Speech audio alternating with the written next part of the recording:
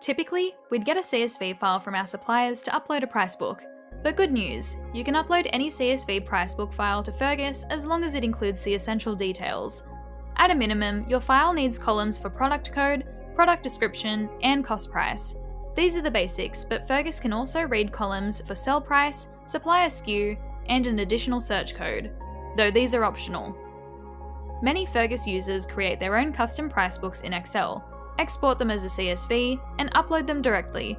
Some accounting systems also let you download a price file if you've been building one in there. Once you've got your CSV file ready, go to Settings, Price Books, and add yourself as a supplier. Then, follow the same steps as if you were uploading a supplier price book. Simply drag and drop or manually upload your file in the blue box, select your supplier, and assign each column to the appropriate information field.